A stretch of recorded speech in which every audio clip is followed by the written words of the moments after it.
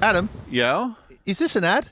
This is an ad for Mutinex. Mutinex are a marketing mix modelling company. Why do I need one of those? Well, then you can model the return on every single marketing decision you do. So you wouldn't do an ad like this? You'll never have to do an ad like this ever again. Mutinex Growth OS, your best decisions start here. For more information or to request a demo, visit mutinex.co. That's MUTINEX.co. Purpose is only purpose if it actually, right? Like you made the point, Yeah. you're not profit first. It costs us money. Do you want me to tell you how? So you obviously must leave a bit of money on the table sure do. to be a truly purpose-driven... We sure do. So one of the ways, and this is the stuff that is you can't see, right? Because no one comes to your website for what's not there. We do not participate in the paparazzi economy. Now, I would say we're probably the only media brand who doesn't. Does it cost us? Hell yeah. If we had a photo of Zoe Foster-Blake at the beach or Carrie Bickmore picking up her kids from school or Beyonce on holidays, would we get more traffic? Hell yes. Could we monetize that traffic? Absolutely. And we don't. And no one goes, you know what? I'm going to go to Mamma Mia because they don't support the paparazzi economy. And why don't we? Because it's not good for women. Hi, Adam. Hi, Brent. Hey, Brent, who does marketing better than a marketer? Oh, that's a really good question. I actually think marketers need to be more like publishers, which is probably an old way of saying creators, right? I just think in marketing we take too long. We take weeks and weeks to perfect things. I don't think we're as in touch with culture as we could be. We don't think about building an audience. We think about pushing things onto an audience. There's a lot we can learn, I think, from publishers and creators. So we need to speak to a publisher. Ideally. Yeah, this is a crowbarred conversation to introduce our guest today. Do we have one we prepared earlier? We do. We have the legendary Mia Freedman, who's the founder of Mamma Mia, joining us with her fairly new CEO, Nat Harvey. So welcome, guys, to Black T-Shirts. Thanks for having us. Thank you. And we have them in IRL, Adam. IRL. Are either of you wearing black T-shirts? No. I am. Amanda. I understood the assignment. Yeah, you got the brief. Yeah. You're the creative one. I'm doing the very opposite in something that's pink and blue and green and orange. Well, I was listening to some of your old shows to prep, right? And you ask everyone, and everyone says no. And I'm like, guys, they had one.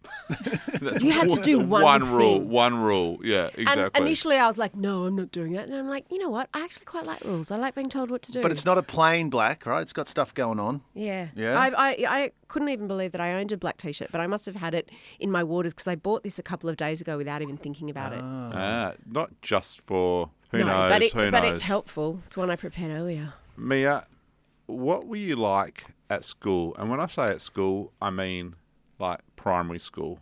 Probably a show-off. Yeah. Yeah. I find that hard to believe. I was fairly intense and I was pretty lonely because I had a brother, but he was 7 years older than me, and that's a big gap. I've got a brother who's 7 years younger than me. Oh, when There you're the you go. older one, and it's interesting because my first two kids have got an 8-year gap and then an 11-year gap between the oldest and the youngest. And the gap closes as you get older, but when you're like in primary school, it's massive. Yeah, And- so I was pretty lonely. Were you seeking your siblings' attention, or were you just... This is like therapy for me too, Adam. This is good. Yeah, We no, should it's good. really I'm unpack this a I'm little also bit. actually thinking of my two kids as well. They've got a 6-year age gap between Yeah. the two of them as well. I was wildly competitive Yeah. with him, and I didn't understand why I couldn't do the same things as him. That's really interesting because I found the opposite because it's such a big gap. It was quite hard for my brother to compete with me. I'd already been through school when he arrived, and so that's interesting that you were still that competitive with that big gap. I think because I'm a bit like an only child, even though I've got an older sibling. Because of that gap, I very much had main character syndrome from a young age. And at high school captain or any of that kind of stuff? No. I wasn't. I nearly got expelled a few times, but I was house captain, which is more vibes. House captain is still... That's kind of like a winner's... We didn't win any of the sport, but we won the music festival and the cheers. Yeah, right. So the creative stuff we won. Do you now identify yourself as a creative person? Is that how or you're a businesswoman? I'm both. It's only really recently that I've started to say that I co-own a media company because that felt like an unsafe thing to say for a really long time. So I identified myself as a writer or a journalist, or for a long time I was an editor. Now I'm a content creator, first and foremost, but also a business owner. And what about you, Nat? You're obviously the CEO. That comes with a You know, it's a pretty heavy title. Do you It see is. yourself as a business person first, or do you see yourself as a creative person? How do you think about that? I think I'm a mishmash of a million different things. I still think the title's a bit weird for me. CEO. CEOs to me are much older. They look a little bit different than I do. And so either I've got to change a lot or I'm going to change what they look like potentially over the next kind of 20 years because I still have a long way to go. I can't retire for a long time. I'm obsessed with super. And so I'm always you? looking. Oh, I'm obsessed with Wow, it. you don't This- meet many people obsessed with. I am Wow. obsessed. I check it every day. Really? I do. You're not supposed to do that. But Who are you with? I'm with Mercer. They're great. And they've got a good. They're going to They're not that exceptional funny. app. They The don't do user that funny. experience is great. No, that's industry super funds. See, you do know about Yeah. super. I would I not know even ads. know where mine was. No, But me neither. no, it told me I'm not allowed to retire till I'm 67. And I'm 41. And I went, that's way too far away. Yeah. But no, you know what, though? You're sounding more like a CEO than you probably realise. because of the super thing. Yeah. Let's get back to Mia.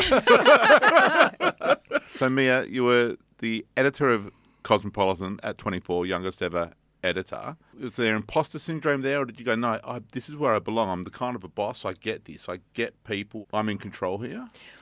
I don't know about you guys, but the younger you are, the more you think you know. So I thought I was pretty old to be an editor because my role model, Lisa Wilkinson, had been the editor of Dolly at 21. So I thought 24 was positively elderly. Ah, great. I actually don't think that. I think the older I get, the more I know. And I look at younger people than me today, and I think, shit, you really don't know. Oh, that's such an old I guy. know. But you're not attitude. even allowed to say that. No, And but if it's Well, not. you just did I don't, on a podcast. I didn't mean that the older I get, the less I know, because that would be more like an Alzheimer's situation. I more mean the older I get, the more shades of grey I see and the less confident I get in my opinion being the best one. So I've probably got more imposter syndrome at my age than I did at 24 when I was really ready to be an editor. I was really ready. I'd had 5 or 6 years of working under some incredibly talented women, and I learnt some lessons the hard way because, of course, I had a lot to learn and I was on a very steep learning curve, but I was bloody ready. And who created that space for you? Who helped make that happen? Pat Ingram, she was had been the editor of Cosmo before me, and she was in her early 50s at the time, and I'd been at Clio under Lisa, and then Lisa had left and I'd sort of lost my way, and then Pat just offered me that job. It was in the same company, but it was like I always wanted to be the editor of Clio by the time I was 25. That was my singular goal. And it felt like betrayal because we'd always been very competitive with Cosmo. But then, I just ran with it. I think I was a better editor of Cosmo than I would have been of Clio because I didn't have any strong feelings about Cosmo. Clio was my passion. And I just would have felt, I think, in the footsteps of Lisa and, I was more... Cosmo was a blank space for me. And that power that those magazine brands had for, teenage girls, young women, what is it today? Like, what has that same power, do you think? Because, it's not magazines, clearly. Well, it's Mamma Mia. Oh, yeah. Well, see, But I mean- how's that for a setup? But it literally, it literally is. Like, is that a trick question? Because one of the reasons I left magazines was because I got so sick of being in meetings with middle-aged and elderly men trying to explain that the internet was coming and we needed to get online because at that time, the Packers had done a deal to sell all the digital rights to all their magazines to MSN. And so the magazine's websites happened with a completely different staff at a different location run by a different company, essentially. And so they just kept saying, no, the internet's a fad. We're a magazine company. And I was just like, I know as a consumer I'm looking at blogs and websites and that's just not true. So I started my own, essentially. That's fascinating. So the brands were looked after by a bunch of blokes in another building on the online version of the brands, whereas you were trying to hold on to the paper version of it, and that was kind of dissipating as consumers were going elsewhere. And it was very much seen that you were talking about marketing before, that websites, the websites of magazines for many years were just seen as a way to try to get people to buy the magazines, not as a different platform or a different channel. So that's why all those magazines are gone. That's why, Clio and Cosmo, they're all gone. And Dolly, it's tragic that the collateral that there was in those brands, even like the Bulletin, they were brands. They weren't just magazines, but the the people who owned the company at that time couldn't see it, Yeah. and so they dwindled. And do you think about Mamma Mia as a brand? It's interesting the way you're talking about those magazines as brands. Is Mamma Mia a brand, or is it a sort of media holding company that has brands within it? Or how do you think about that in your business? Look, we're both a house of brands and a branded house, wouldn't you say, Nat? Yeah, 100%. So when I told people I was joining Mamma Mia, the number of people that I met that said, "Oh my God, I'm an Out Louder." And I actually had to research what's an Out Louder because I didn't know. And so Out Loud's our flagship podcast that Mia's on with Holly and Jesse. Do we have any black t-shirters? You probably do. No, but it's you and me, isn't it? Yeah. Yeah. Oh, There's probably one rogue person that yeah. they're probably waiting outside for you today to get your autograph.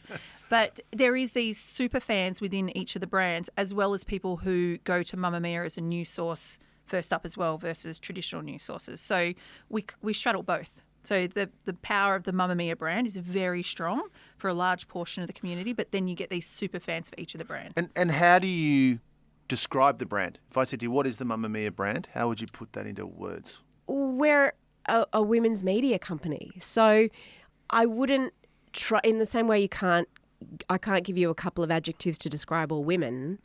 I can't give you a couple of adjectives to describe all of Mamma Mia's audience because, you know, I guess what makes us different to other women's brands and media brands is that we're purpose-led. So our core purpose is to make the world a better place for women and girls, and that's the filter for every business decision and every content decision we make, which sets us apart. And I think just to build on that, our content is all built around heart, help and humour.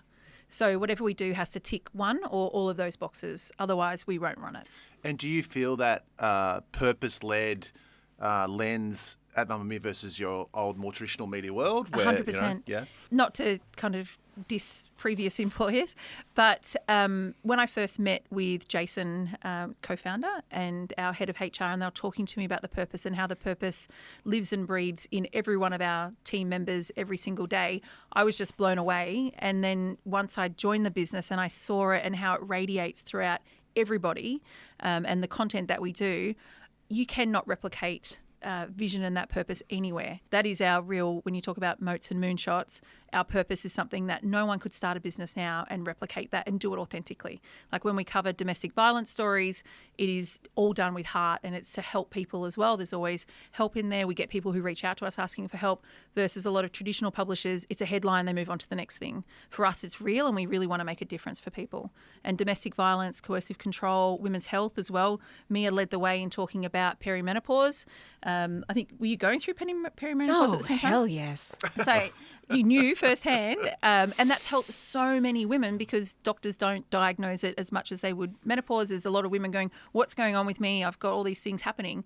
But Mamma Mia shines that light across health, social issues, news and content. And I feel like I drink the Kool-Aid pretty hard, but it's because it is real. If you look at the big media companies, the traditional ones, so looking at 7 and 9, and you see the issues they're having in Australia at the moment, do you think those issues are just stemming purely from culture or not having a higher order purpose or just... I think it's a win at all costs attitude. So it is just you need the biggest story, you need the biggest audience, and there could be collateral damage, and it hasn't been a priority, hasn't been a concern. And I think there's probably been people in the past who have got away with bad behaviours and not been called out on it. So therefore it becomes a behaviour that is accepted. And I think that, with what's going on at the moment, it's a really good thing because I think that it will stop. I'm now going to segue really tightly back to what you said before. You said Cosmopolitan wasn't the brand you loved, but you took it on, you were the editor, and you knew what to do with it. So it's a two-part question. A, how did you know what to do with Cosmopolitan back when you were 24? And B, how do you know, you've got all these brands within your brand, Out Loud, You Beauty, How to Build a Human. How do you know what to create a brand around? Well, with Cosmo, I guess what underpins everything we do and what led me to get out of magazines was the idea of walking in her shoes. That was something that Lisa Wilkinson taught me when I was an intern on Clio. And she would say to us, we didn't call it content in those days. We're not making a magazine for ourselves or our friends or to impress our peers. We're making it for our audience. So instead of thinking about what you're putting out to them, look at what we're creating through their eyes. And so that's now one of our core values, and it's the one that's most dear to me because every decision we make is about thinking about the audience, not what we want to put out to the audience because it makes us feel good or it looks good on our socials. It's basically an audience first approach. And so back to Cosmo, I knew that as a reader of magazines and I was obsessed with magazines. I've been obsessed with women's media my whole life. I felt shit about myself when I looked at magazines because I didn't look like those girls. And I looked more like those girls than most in that I was white and I was, pretty straight sized, but I didn't look like those girls. And so I didn't understand because magazine editors aren't just fluffy things that you see in popular culture back then. We were business women and, I had to make money for Kerry Packer. That was my job. That was my core purpose. He likes to make money for Kerry Packer and the Packer family. And we all took that really seriously. And those were businesses that turned over millions of dollars. So I knew it was bad for women to just have this ridiculous, skinny, tall, white, young, perfect imagery of women. But I also thought it was bad for business. I didn't understand it. So I started putting women of all shapes, sizes and skin colours in every issue, thinking, okay, it's good for women, but it's also good for business because if more women are into it, it's good for business. So, and it worked. And it took Cosmo for the first time above Clio, and we were the number one in sales revenue, readership, circulation. And so we use that same approach for everything that we do at Mamma Mia in that we walk in the shoes of our audience. Like, what Nat explained about our core purpose, that can make us sound a bit worthy, but our top vertical is entertainment. Like, humour is so important. And in everything we do, we use humour. And even on International Women's Day a couple of years ago, we won an Umbrella Award and one of our most viral videos ever was about, it sounds very serious, but sexual harassment, street harassment for women. But we made this really funny video about if a man lived like a woman for a day, and we flipped gender roles and we just showed like this, guy walking through his day as if he was a woman and he was getting catcalled in the street, and then his boss was like giving him a massage at his desk and he was asked to get coffee and like all this funny stuff. And it was really, really funny. And that's why it was sort of went viral. So we always understand that we're not an activist brand. We're not a scolding brand. We're not an angry brand. We are a brand for women. And what women want is really changeable. And that's why we have to be so agile. We don't tell women what they want. We listen to them and we adjust our content, whether it's on new platforms or the type of content that we do, according to what women want, not what we want to make. I think to build on that, we saw that through the Bondi attacks, that people wanted to hear what was going on and they wanted to have a filter of safety in there. But then at the same time, they also needed some light. So there's always this kind of light and shade. And we see it happening in real time, right? We've got millions of data points coming in every single day. And so we've got a real finger on the pulse of what people actually want to be, like what they want to watch, what they want to be talking about. And so I think that's kind of sets us apart a little bit from other publishers because we have that feedback loop. Our social platform audiences are very vocal. And that's helpful too because that helps guide some of our content creation at the same time. There's a sort of interesting tension though, I think, in how you talk about the business because we're audience first. We're all about what the audience wants, not what we want. But then I also heard a very clear tone of voice. Like you're very clear on the voice. Yeah. That is the Mamma Mia voice. It's not scolding, humour. That's interesting, right? Because if you're just audience first, maybe you wouldn't have such a clear And if you're just, point of view, if right, you're of your just brand. audience first as well, there'll be more clickbait, there'll be more sensationalism, there'll be more negativity. No, but you wouldn't because you're defining audience as how do we get the biggest audience. I'm defining audience as what does the audience want? How have we created a halo around our brand? Why do women trust us? Why does our brand mean something to people? Why have there been 13 or 15 competitors to what we do over the last 15 or 16 years, and pretty much all of them have gone? And it's because they don't stand for something, and a lot of them didn't, and because they're not listening to their audience. So you talk about sensationalist, clickbait. The audience doesn't want that. It makes them angry. So tricking someone is not a way to make them happy. They don't want that. So why? And scolding them is not a way to make them happy either. So why doesn't the rest of the world get that? In the rest of the media world get that? Because not everybody has the same core purpose as us, and that's not to shade them. Because if your core purpose is bottom line and to make money for your shareholders, then you do what's required to meet that core purpose. And it's just different to what we do. So that might mean that you need to reach a lot of people no matter the cost, and brand isn't really important to you. You just need to be sensationalist because you need clicks, right? Whereas we know that, we're not a charity, but there's no point in making a really worthy, beautiful, sensitive piece of content that no one engages with, watches, reads, listens to. Because then how have you helped anyone? Except maybe your own ego by saying, I'm really worthy, and you've virtue signaled.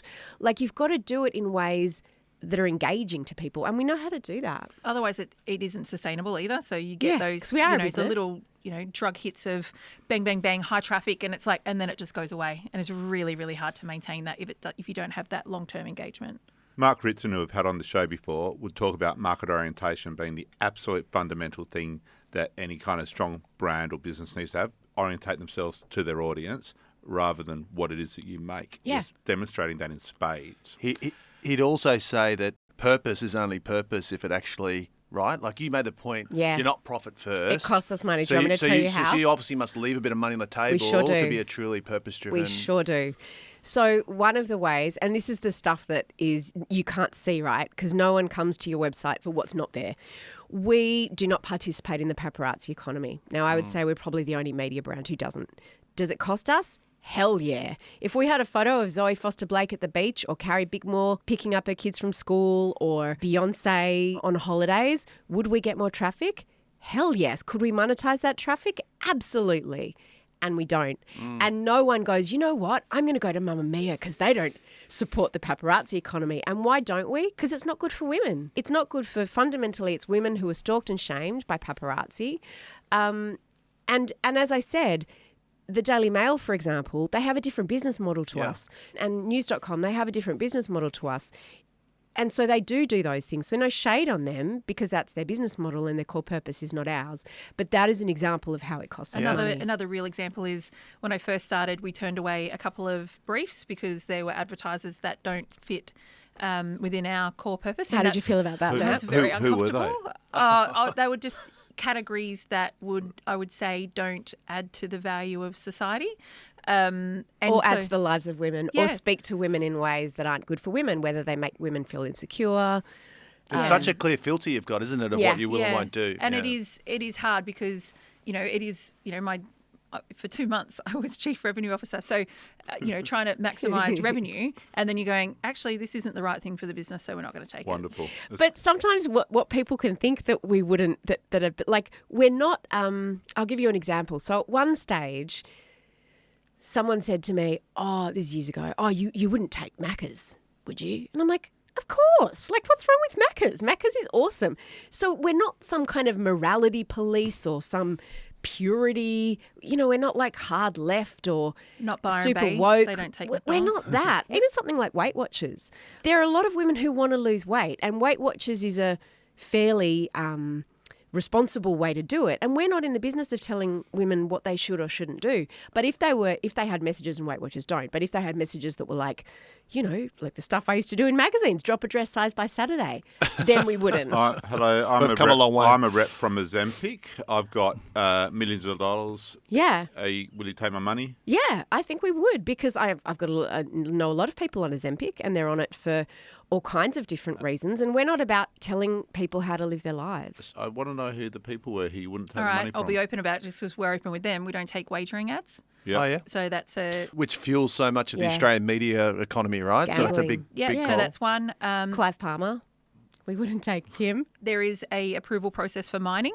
Yep. And so recruitment we will work with, but if the message isn't about that, then it's unlikely that we'll carry it, because we will get feedback from our audience about, having an opinion, because all of our podcast live reads are done by our talent. Yep. And so if somebody is putting a message across that our audience knows is not what they genuinely believe, the audience will come to us and go, we call bullshit, which is more than fair, because that's the relationship that we have with them.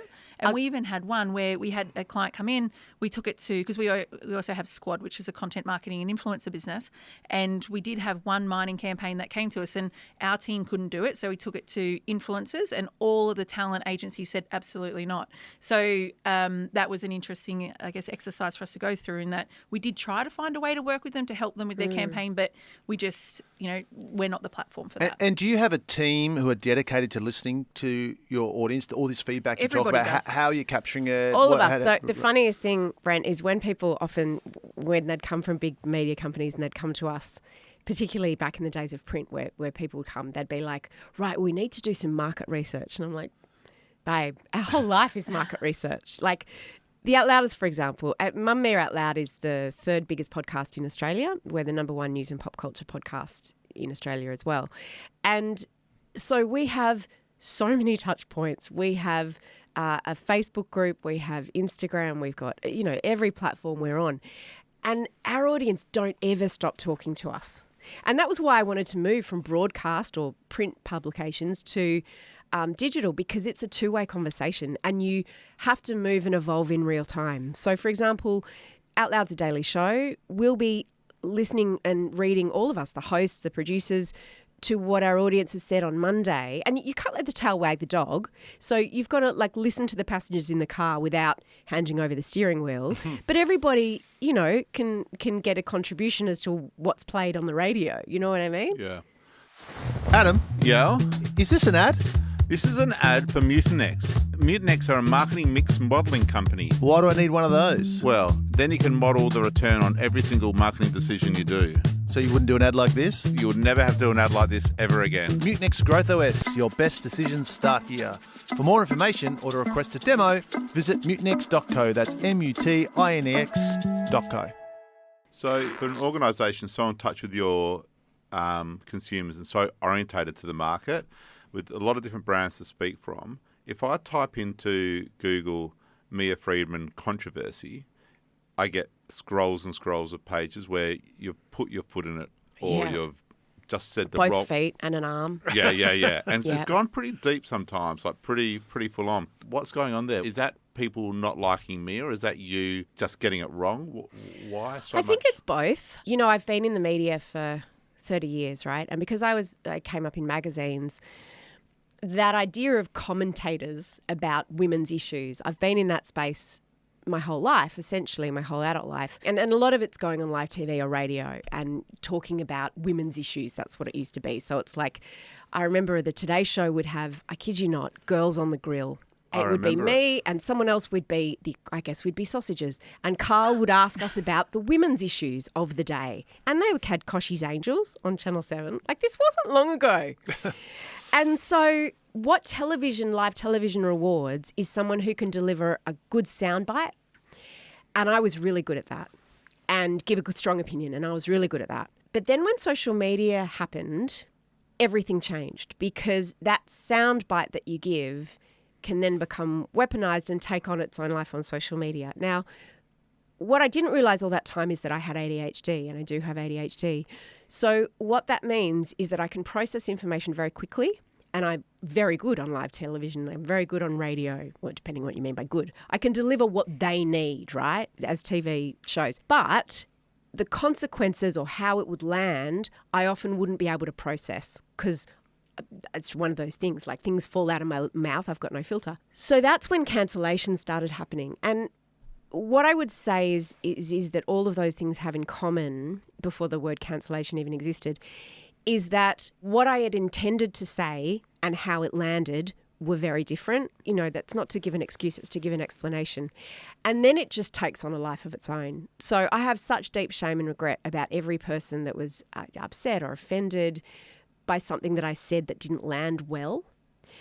But there's a difference between manslaughter and murder, in that the end result might be the same, in that someone might be offended, but it's very different intent. And I think that is what social media flattened, particularly around the time of Twitter. But it flattened that. It flattened the idea of intent. And so, I stopped a number of years ago after that happened, and it was having implications on our business, and I didn't want to do it anymore. So I stopped. I don't do that anymore ever. And I don't do interviews. This is Yeah. We're very lucky. And we appreciate you're not you. lucky, We're but very lucky. I thought your answer was I'm going to trying be to be more more around brave. trying to push boundaries, push the agenda. No, No? never. Yeah, Never. it was just getting trained in It's having just putting my foot in my mouth yeah. and having to make a really fast decision, and my words either coming out wrong or trying to be funny and it wasn't funny. It was never, I'm going to be provocative, I'm going to get attention. It was never that. But isn't it just also part of being, like, having an opinion and having a point of view? There are a lot of brands, celebrities, politicians who just play it safe and they're okay. We don't love them, we don't hate them. They sort of just exist. Whereas I think we sort of pull towards people who have a strong point of view. We don't always agree with it. Yeah. Like, isn't that part of it? And I do. I'm big on that for brands. That brands need to have a point of view, and I think that's just part of. Look, not everyone's going to agree, but that's okay. I think that's why a lot of people are moving away from social media now, because social media and algorithms reward strong points of view. But as I was saying before, as I get older, I see the shades of grey much more often. Like when I was younger, I was very clear about my point of view. But as I get older, I've got a much more open mind. I sort of like to say strong opinions loosely held. Yeah. In that I think it's a really good thing to have your mind open and change your mind as you learn new things. Everyone that sort of grew up in that internet world, and particularly around women's media, but across the media, like remember you had was it called The Punch? News Limited. Yep. It was all about opinions, and people who could write and express strong opinions, whether it's on TV, or the internet, were rewarded. But it came at a cost, because you're in the middle of a shit show every day. Yeah. And so that's what we have moved away from, like that pile-on culture at Mamma Mia as well, because it's not conducive to good mental health for anybody. Yep. Yep. I love that thought about no paps. I never really, I didn't make that connection, but I love that kind of. And how do you stop the pylon? I love the idea too. We don't want to be part of the pylon. So how do you manage that? I guess having experienced it myself, it made me see what we did in a different way, certainly on the website, in that because social media rewarded, people have always been assholes or had opinions, Yeah. but what social media has turned that into, it's made cruelty performative. And so that idea of, and it's also introduced virtue signaling. So it's like, I'm going to associate myself with a particular tribe by shitting on this person. And that's not good. It's not helpful, really. And so we don't do those backlash stories anymore, because what a backlash might mean is 3 randoms on Twitter have said something awful about Robert Irwin or Ariana Titmus. And it's not a backlash. It's just 3 people who've got an internet connection. So you just don't participate. You just don't fuel it. No, we don't cover it, because you Yeah. can. And this is again back to our core purpose. We can write a story about that, like Carrie Bickmore. There'll be a backlash to Carrie Bickmore, something that Carrie Bickmore posted on social media. It's just 3 commenters being assholes. Yeah. And we could make a story out of that and get traffic. But again, you are paying a price for content, right? So there's a whole lot of ideas there that you could be having that you're not having, and there's a whole lot of content out there that you could be doing that you're not doing. You've got a load of publications to support with content, ideas, stories, and so forth. What's your creative process for either generating those ideas yourself, or give our audience some tips on how to create a culture or processes that help that kind of volume of ideas, content, creativity happen? I think you need a lot of people in the room. I mean, our content team, you guys are asking me lots of questions about content, and I'm sort of the chief creative officer, I guess, of our content. But we have around 70 or 80 or 100, I'm not good with numbers. We've got dozens and dozens of people in our content team. We've got 53 podcasts. We published, 20 articles every day. We make probably 100 pieces of social content every day. So you need diversity in the women that are making that content. You need different voices in the room. And that means diversity in class, in life experience, in age, sexuality and gender, in all of those different things. And you need people just with different points of view. I think a good example of that, we wanted to do something in the sport world, right? I love sport. Sport's incredibly powerful for audience engagement and for commercially as well. So we met up with the Swans and said, we want to get into the space. Like, what are you guys doing? Maybe we could work together. We ended up just saying, why don't we just send some of our team to a game, let them point, shoot, see what happens. Anyway, so we get there, our social team got their phones out. They're just capturing some content. I said, have you found anything good? Oh, no, we've got some stuff. It's pretty boring. I'm like, okay, great. This is going well. And but then one of them, so she's, I'm going to say young, but she's probably mid-20s. Gen Z. She said, there is a lot of really attractive men here. So I'm going to go downstairs and just shoot some content. So she heads downstairs, comes back about half an hour later. She's editing on the spot on a phone, gets this piece of content live on TikTok, and it was, you think run clubs are the latest dating apps. Actually, maybe it's Swans games. And then she just asked a heap of blokes if they're single. And like, yes. And so it went crazy on TikTok. We had women coming on saying, hey, bloke at 13 seconds, DM me. Like, it was going wild. Mia wouldn't have come up with that. No. I wouldn't have come up with that. Zara, who's joining us soon, she wouldn't have come up with that. But the fact is, we give the content creators through the business the power to create content that they think is going to work. And then it went so well that we ended up putting on a dating night at the Swans, and it sold out, and it was amazing. And I'm hoping there's marriages or something. Hilarious. So That's that's really interesting, right? So you empower Yeah. all these content creators. Point and shoot. Lots of diversity. Oh, you said yeah. it. But how do you keep it on voice? Right, Yeah. because you also said before you've got a real filter of what's your voice. Is it just that they understand your platform really well, so they intimately know it all? Like, how do you? There's you a know what I mean? constant feedback loop. I think that's part of it. So sometimes maybe there would be a piece of content that goes up that's not 100% right, but we catch it pretty quick. And there's different people around the business that will say, hey, that didn't look quite right. What if next time we added this as a tagline, or can we word this differently? And people are really open to feedback. I think that's the key thing. So when, sometimes in creative worlds, people are afraid to speak up or go, maybe we could have done it this way. But I think that's something that Mia certainly breeds. And our head of content, Eliza, it's all about constant feedback. And no one's afraid to give it, which for some people, they might not like it, because when you're being that open about, well, I didn't quite like this, what about that? But it works for us. Oh, it's so important. And it's that idea of being hard on the work, which I think you need to be, because you've got to have a certain standard, but do it in a kind way, in a way where they learn from it and get better. But I also hear in there, it feels to me like you're okay with a bit of imperfection. So you didn't quite get that one right. Like, let's get the next one right, as opposed to, I think, what we're guilty of in marketing of, let's perfect this thing for the next 6 months. Yeah. That's you, Brent. And polish it and perfect it. And You should see my my weekly newsletter. We created in Canva. Me and I did it together, and I now do it all myself. And I am certainly not the most creative person in the business. So you'd look at it and go, geez, that looks awful. But it's got the right tone. Yeah, It's beautiful exactly. in its own nat way. For us, perfect is never the enemy of done. Yeah. Right. Because you look at the volume of work we have to create, the Yeah. volume of content we have to create. I think last week I recorded like 10 different podcast episodes, and we make something like 50 podcast episodes a week. And again, all of the written content, social content, we just do so. There's so much volume of content that we make. So if you're a perfectionist, we've got our North Stars, and you don't diss the ladies. You are trying to make the world a better place for women and girls. Heart, health, humour. So we've got our sort of broad filters, but we give people a lot of leeway within that. Yeah, it's like my favourite Lorne Michaels quote is, Saturday Night Live doesn't go to air because it's ready. It goes to air because it's 11 o'clock on Saturday night. Exactly. So, sometimes Exactly. you just got to get it out. And, Yep. One of the pieces of content you've done is a book called Strife, which you wrote a while ago. I did. You've 4 books.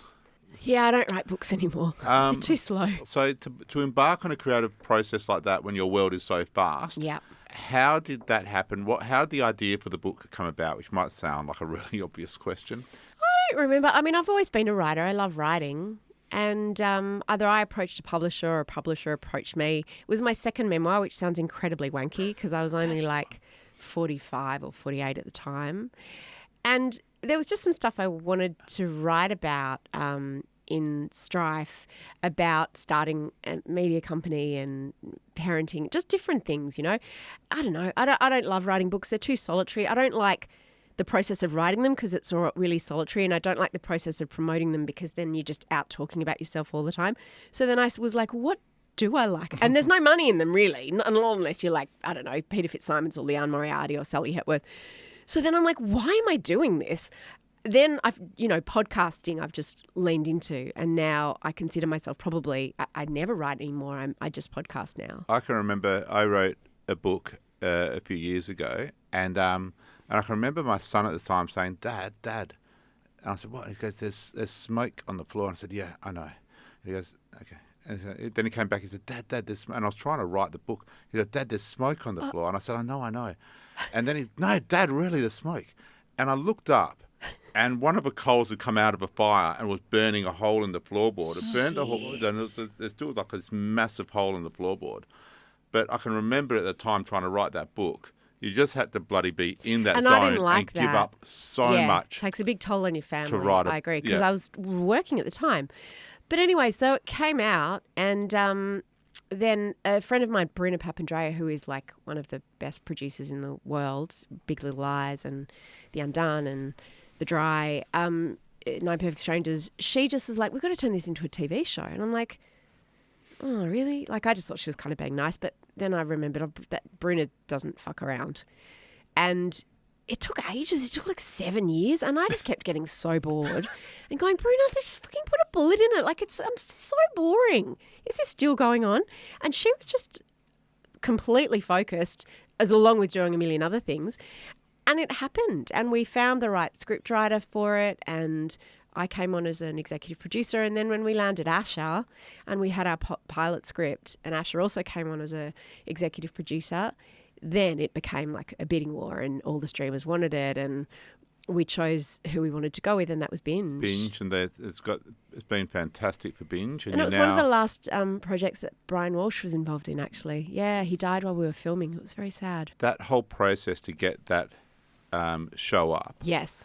Tell us a little bit about that, other than, oh yeah, I'm just want to put a bullet in it. How do you manage momentum for a project like that? How do you keep other people enthused and kind of think, come on, we've got to get this thing happening? Well, I knew that I wouldn't be able to maintain my focus, and I also knew that I didn't want to write it. So I immediately said to Bruna, I've got to bring on Jessie and Claire Stevens, who were two, they weren't that senior writers at Mamma Mia at the time, twins, sisters.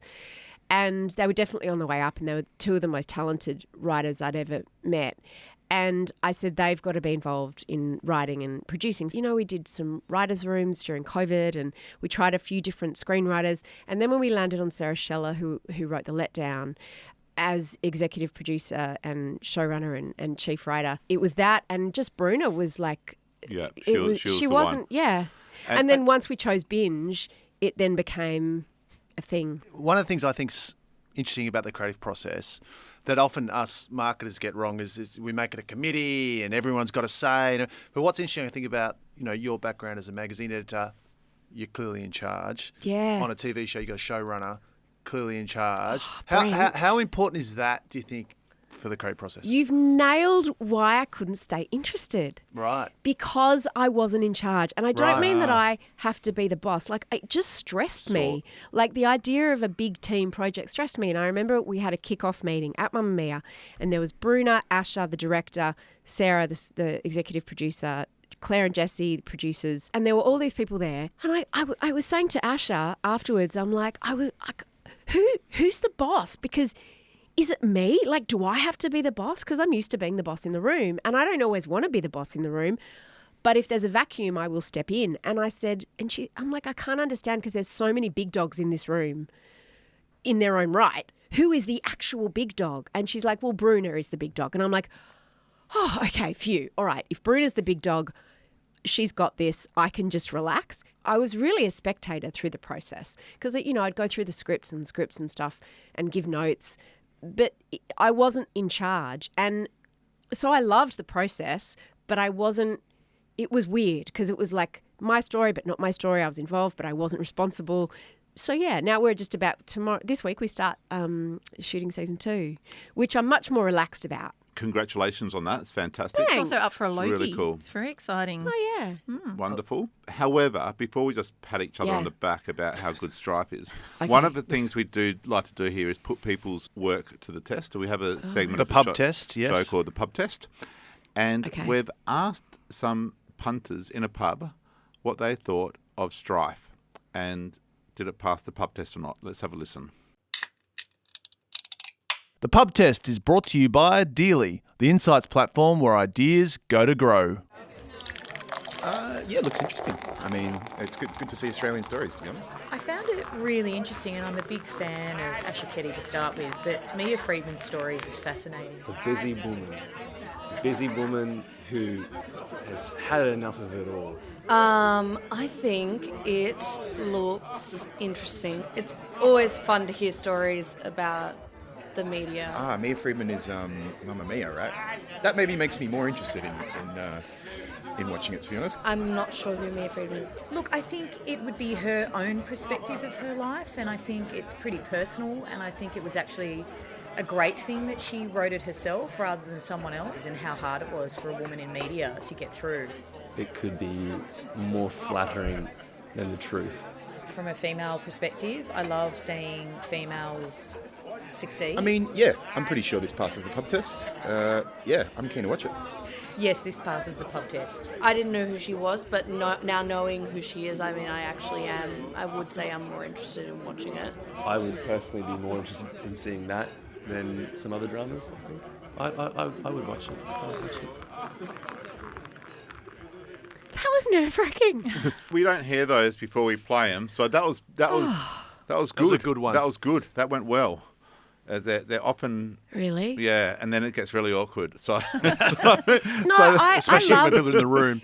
what's interesting, what's weird about me, some people say, is that I love negative feedback. If it's from people I respect and if it's done thoughtfully and in a way that's constructive, not just like Mia Freedman's "the load her mother should have swallowed," which was a very memorable tweet after I was on the project one time. Oh my my God. God, that's great. Let's sit with that for a bit. Everyone. Yeah. Yeah. Okay. Sit with that for a bit. I actually laughed when I saw that because I thought that's one of the more creative insults I've had. Yeah. But, in all seriousness, the internet can be appalling. For women, it can be absolutely shocking. The death threats, the abuse, it's vile. However, I'm really interested in getting better. Like, I'm always just like, I never want anyone to piss in my pocket or blow smoke on my skirt or whatever. I want to hear how I can be better. So that's the most interesting thing to me, Yeah. not praise. And how did that feel? That response? I thought there was some constructive stuff in there.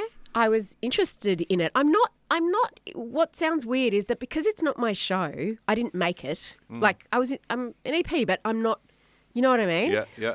You weren't in control. No, I wasn't in control, which was lovely, but I don't take it so personally. Yeah, I mean, yeah. it felt weird when I had a bit of a breakdown last year when it came out because it suddenly was really bloody exposing. But the stuff about why Bruna wanted to make it was not because of my story, and why Ashley wanted to make it was because it is a lot about a woman in her 40s who's ambitious and flawed and trying to do a whole lot of shit and getting a whole lot of shit wrong. I can't wait for Series 5 when they introduce a new CEO character. Yes. Yes. some proper Who's feedback going to play? Who's going to play you, Nat? I'll do it. And it's going to be interesting every episode. What's her superannuation doing? Oh wow, this is really cool. I'm loving this. Do you know who could? Margot Robbie, I feel, would probably Yeah. be the most I appropriate agree. person I to agree. play me. Yeah. It's so true. A couple more quotes on the reactions from Strife. I'm already a fan of Mamma Mia, so I know what it's all about. As a male, it's not for me, therefore not interested. Mia Freedman is their point of difference. My question: Do you reckon you've got the balance right between it's Mia Freedman's story and it's a generic woman's story? For the show? Yeah. Oh, yeah. I think stacks of people have watched it who wouldn't have a clue. I mean, Yeah. you heard in the podcast, they didn't have a clue and who do I you am. that was obviously deliberate. It wasn't my story. It's Yeah. based on my story, Yeah. but we were very Inspired clear. by. Yeah, it wasn't like Baby Reindeer where it's like, this is a true story that happened. It was very much inspired because she's not running a business with her husband like I do, who is her co-founder. And, before Nat, he was the CEO of Mamma Mia. We changed a lot of things really deliberately. And just coming back to that comment about I'm a bloke, so, Yeah. not for me. How many men engage with Mamma Mia? 2 million men a month, 7 million women. So what percentage is that? percent? Sorry, so 7 million women, 2 million men. But what's like? That wouldn't be. What's the time? It's much Right. lower for men, and it's also more on social platforms. Yeah. Definitely. But And they're still podcasts. interested in our content. Podcasts, the interview. So No Filter does really well with men. And But Are You Happy? Because we bring in different sorts of people in there. We've had Josh Thomas this year. We've had some really good. We had Nico Hines on No Filter. That was a really popular Fan favourite. episode. and is it like when I used to watch Sex and the City? Is it sort of that? It's also true in I'm Apple News. secretly watching. I'm not really, or are people quite No. blokes are quite happy to be? They're proud about it. They're loyal. Like how does that kind of work? With a lot of men arrive via Apple News because of social. Like Yeah. they'll see something on social, they'll see it on Apple News, or they'll listen to podcasts. Like a lot of men listen with their partners to Mamma Mia Out Loud or No Filter.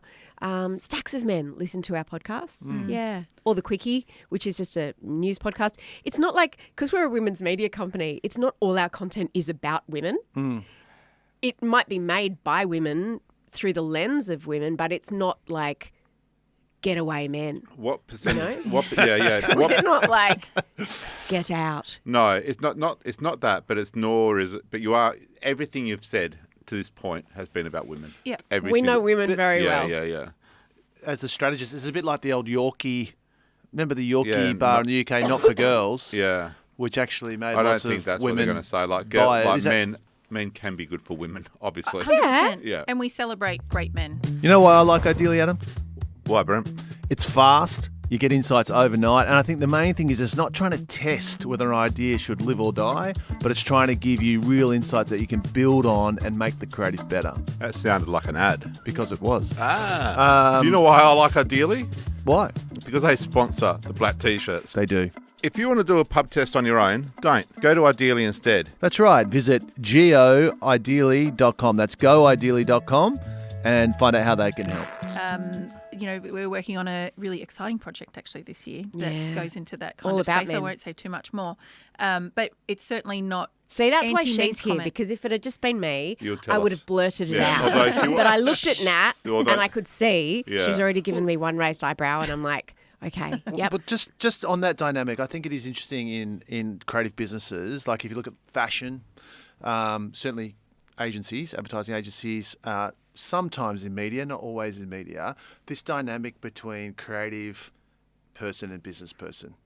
Yeah. So tell me about your dynamic. How does it work? Like, how do you guys work together? What's our dynamic? Yeah, what's give us the vibe. Well, I think we are having some really fun conversations around is certain pieces of content worth the investment. That's probably, we're having more of those conversations than we were previously. Yeah. To make sure that we're investing money in the right areas. Mia, and I'll have a million ideas, but again, I'm not going to be the beacon of what's going to work. So Mia's great at being able to go, that's shit, we're not going to get an audience for that, Nat, so just park it. So whether that's a content pillar or whether that's a new platform as well. So I think we've got a really good combination of, you've got enough business, I Yeah. guess, knowledge and experience to go, this makes sense. And then, creatively, I'm not afraid in coming forward with ideas. So I think it's a Yeah. really good combination. That's not an answer you get very often. Really? No, it's normally. Did you want us to fight? No, the other way around. I know my lane. Yeah. You know yours. Yeah, No, I it's Oh all- no, I Yeah. love it. We Yeah. love Yeah. crossing over lanes, because also I'm not just a creative, I'm a co-owner of the business with Jace. So I've got two hats on. And also, I guess what's different, like a fashion editor or a creative director doesn't have business background, whereas because I came from an editor, I knew that I had to make Kerry Packer money. That was what I had to do, and I had to do it in a creative way. But it wasn't just like, I want to do this. It had to be within the guardrails of budgets and all of those things. So I know what it's like to work with creatives who just want to go and be creative. And we talk about this thing called CAR, which is we make content for an audience to create revenue. I want to show it to you in a circle, because we make the content. If the audience isn't big enough, we can't make enough revenue, so therefore we can't make any more content. So if you're just making content that just goes off and doesn't find an audience, it breaks the circle, and that's not a business. But what I like most about Nat is her willingness to just roll her sleeves up, because we talk about balcony dance floor. I'm on the balcony, but also on the dance floor. I'm making content, I'm posting to Instagram, I'm doing all that stuff. I'm designing a newsletter if I want to do a newsletter. And so is she. And that's unusual in a CEO or anyone that's at that senior level. And that's very much our ethos, which is roll your sleeves up and get shit done. That's great. I love it. And you can feel it as well, which is wonderful. Segueing slightly, because I forgot to ask you before, Mr. Beast. Mr. Beast and Feastables. Mm-hmm. He has done a wonderful job of getting an audience, not worrying about the revenue, I don't think, just kind of doing interesting shit. It's expensive. It's an expensive unit price. Got a lot of revenue from YouTube, obviously. right? But and kind of was just optimizing his content. He's now starting to drop stuff into his audience that they can buy. So he's got a deal with Moose Toys. Yeah. He's done the Feastables thing, tried the burger thing. I find that fascinating that he's built the audience. The same with Logan Paul, Yeah, Prime. Yeah, totally with Yeah. Prime and so forth. And same with most Kylie Jenner. I mean, it's the like Kardashians yeah, and all that kind of of course. stuff. When's Mamma Mia cornflakes coming out? When are you going to drop products in there? I know you do, bet you do events and so Yep. forth, but The merch is coming. The merch is The coming. merch is coming. We've even played around with. Should we go there? We'll go there. Yeah, sex toys, because we know Yeah. that that's something that we can help satisfy women in that area. Woof, but- woof. Yeah. So there's a whole heap of areas that we're looking at. How do we create a stickier relationship with our audience through products? So Yeah. merch is. I When wish you've I got hadn't the put trust. sticky and sex toys together. So That's- true. Do you know what? yeah. The sort of conversations we have, I was definitely not having at my previous employer. Last year we spoke about labias, we spoke about Yeah, so many different things, we and did. you just get on with it. Can I give my friend's business a shout out here? OMG, yes. Do you know? Oh, no, yeah. I don't know. Yeah. OMGS is great. Yeah, it's fantastic. It teaches women how to orgasm, basically. Yeah. Oh, okay. On a little subscription service. Yeah. But it's quite cool. Oh, that It's sounds very really good. Yeah. Yeah, we're looking at that space. It's interesting how sex is now wellness.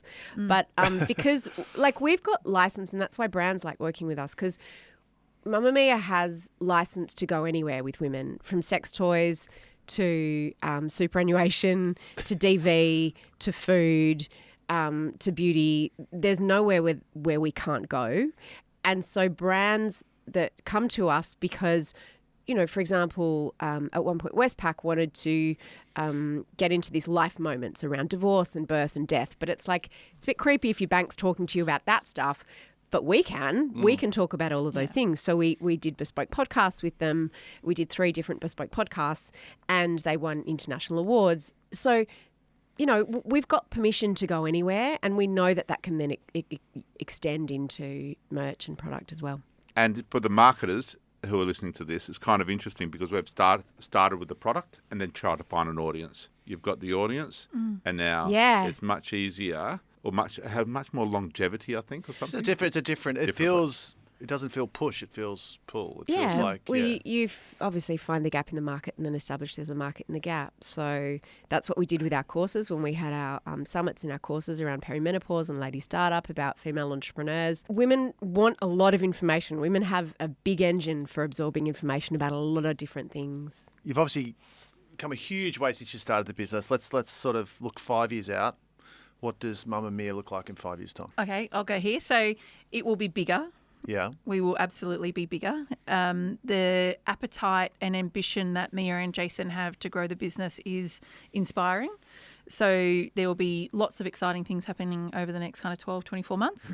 I think that the whole media landscape is moving at a very quick pace. And so when you're talking about 7, 9, 10 in a conversation, you'll be talking about Mamma Mia in that conversation as well, in terms of the size of our audience as well as the engagement and the opportunity that we offer for marketers. Because at the moment, I think there's a lot of marketers who really don't understand just how powerful our audience is and how powerful we are. Brent, maybe we could chat. But I think that, when people are looking at who am I going to strategically partner with in 5 years, Mamma Mia should be at the top of that list. No matter if you're selling a car, if you're selling tampons, sure. Superannuation? Super, I'll do a pod on that. Women consume more products than men do. They are influential in every category. We're super consumers. We are super consumers. Not just me. And we're passionate But and we're also brand me. loyal too. So that's where I think, since I started, Mamma Mia was a little bit of was very quiet before I started. And I've actively been trying to change the narrative in market, be noisier, be a bit more provocative, appear more. We've got a much smaller team than a lot of other publishers, but we're certainly mightier. Yes. When it comes to an individual basis. Somebody once said to me, there's no business model flying under the radar. And No. I kind of like that thought. What about you, Mia? What do you think? What's exciting to me is our bench strength, building up our bench strength. Obviously, Jason and I have run this business for 15 or 17 years, and he's now exec chair and, hiring the right CEO, which is a role that we have never looked externally for before, was a really, really big step for us. And Jace just knew the minute that he met Nat, he wasn't interviewing her for that role, but he walked out of that meeting and said to me, I think we found our next CEO. And he was right. And we're about to bring in Zara Curtis as our Chief Content Officer, which is also a role we've never had before, who I used to work with at Cosmo. Who I used to work with at IG. Yeah, we're all big fans. Yeah. Yeah, so the band's getting back together for me and Zara. And again, that's a role that I've been trying to fill for years. So, Mamma Mia hasn't been about me for a really, really long time. But I've probably carried a little bit more weight out in market and publicly. And now there are just so many incredible women in our exec team and a few men. And I'm just really excited about that bench strength. And how do you keep that bench strength? How do you keep that talent? I don't know. Oh, do you know what's attracted? It's probably good to. That's her job now. It's not my job. The thing is, the people that we attract to the business are people who want to build things, want to build, products, build content, and they want to have an impact. You can get really lost in large media organisations who are slow to innovate, are slow to pivot. And what we do is, as I said, we point and shoot. We're like, here's an idea. What do we do? Let's go for it. And so I think so long as we can keep doing that and keep the energy going, keep building things, keep having a genuine impact in, for our audience, but then also in the advertising world, we'll keep attracting great people and they'll stay. You're going to have to provide little beds for people because they're going to get exhausted. I know. Actually, that's my biggest problem is I'm so worried that I'm throwing too much at the team because there's so much opportunity. I'm like, and this, and this, and this, and this. Yeah. So, We hire people with big engines. Yeah, clearly. The way we like to finish up the show is we ask our guests to think about if they were going to sum up their creative philosophy in a way that they could put it on a black T-shirt. What would your black T-shirt say, Mia? My black T-shirt would say walk in her shoes. Walk in her shoes. Without a shadow of a That's doubt. a great T-shirt. Maybe even better sneakers. Walk in her sambas. Wow, look Yeah, what you do you just see did what I there. did there? Nat, what would your colourful, multicolour, rainbow-coloured T-shirt say? it actually wouldn't say anything. There'd be 99 lines, like think about matchsticks, where it's like 4 and then across. And there'll be one that's really colourful because I've got 99 ideas and only like one of them will be good. But that's okay because I'll just keep throwing them out. So that's me.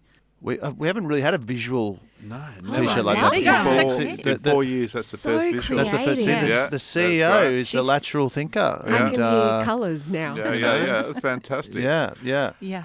Well, I think that basically concludes everything we want to get through, doesn't it? Pretty much. Thanks so much for coming on. Thanks so much for being in person. How nice being in person. Yeah. Yeah, it's Lovely. fantastic. Um, and I knew, Mia, you were going to be fantastic. But Nat, thank you for getting in there and joining the conversation. And it's great. Thanks She's for a having us. superstar. Thanks for coming on and best of luck. We will watch Thanks for having us. as Mamma Mia continues to go from strength to strength, no doubt. Awesome. Cheers. Thanks. Thank you, guys.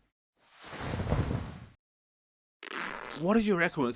Did that feel like an exploration into their creativity or just an exploration into the business of Mamma Mia? No, I think there were some big lessons there around creativity. For me, I think the way that Mia talked about empowering teams to make things, the way she talked about the importance of diversity in those teams, I think they're themes we probably don't explore that often in creativity. Yeah, maybe the other two on that as well is just this yearning or desire to get content, not perfect, just get out there and get it and then see what happens, have a look what's in the camera and then just see if it's good or not. I think that's a recurring theme we're starting to hear a lot of as well. Yeah, and yet, right, I think the danger in that is you could just make Crap. any old crap. I think what I heard there was a very clear understanding of what the voice needed to be for brand Mamma Mia. Absolutely incredible how tight Mia, what tight control she has of her brand. She absolutely knows it inside out, but it doesn't feel like they've documented it or... Well, tight control yet empowering of teams, Yeah. which is a really... I think there's this thing that you always need to embrace tension in the creative process, right? And I think the answer is never or, it's and I think she's got that tight control and really empowers her teams to sort of get on with it. The other thing too that we should mention is that CEO creative dynamic. That one felt interesting, right? Yeah, I find that much more inspiring to lean into each other's business rather than you do this, I do that. And I think maybe that's the new kind of dance that founders, CEOs or creative CEOs need to do now is kind of both realise you've both got something to give at each area. 100%, because we really saw in advertising land, particularly Back in the day, holding companies, network agencies, where the CEO, the business guys, the finance guys just didn't get. Yeah, and the final thing I felt was really interesting was when we touched on Mr. Beast and all of that kind of stuff, is they are going into that space and they are going to work out further ways to monetize it. Sex toys feels like a really interesting thing, and there was kind of a flippant comment that sex is now wellness, and it's true, right? Yeah. Having good sex is part of having a good, healthy lifestyle. So that makes really good sense. And I love that kind of challenge of starting with an audience or even realising for marketers, you've got your audience. Now what can you drop into there? But we think of them as a target audience Yeah. that we're targeting, that we're pushing our comms onto, pushing our product onto, as opposed to the audience pulling through what's right for them. It's a very different way of thinking about it, right? And I'm sure they would have looked at all their data and all their kind of readership and so forth and looked at the big themes and saying, right, well, what women want, good sex, sex toys, bang, give it to them. 100%. And also, how nice to have an Aussie-based media company who's doing so well. Amazing. Right? It's awesome. It's great. It's good. Yeah. It's a good news story. Yeah. Thanks, Adam. God bless.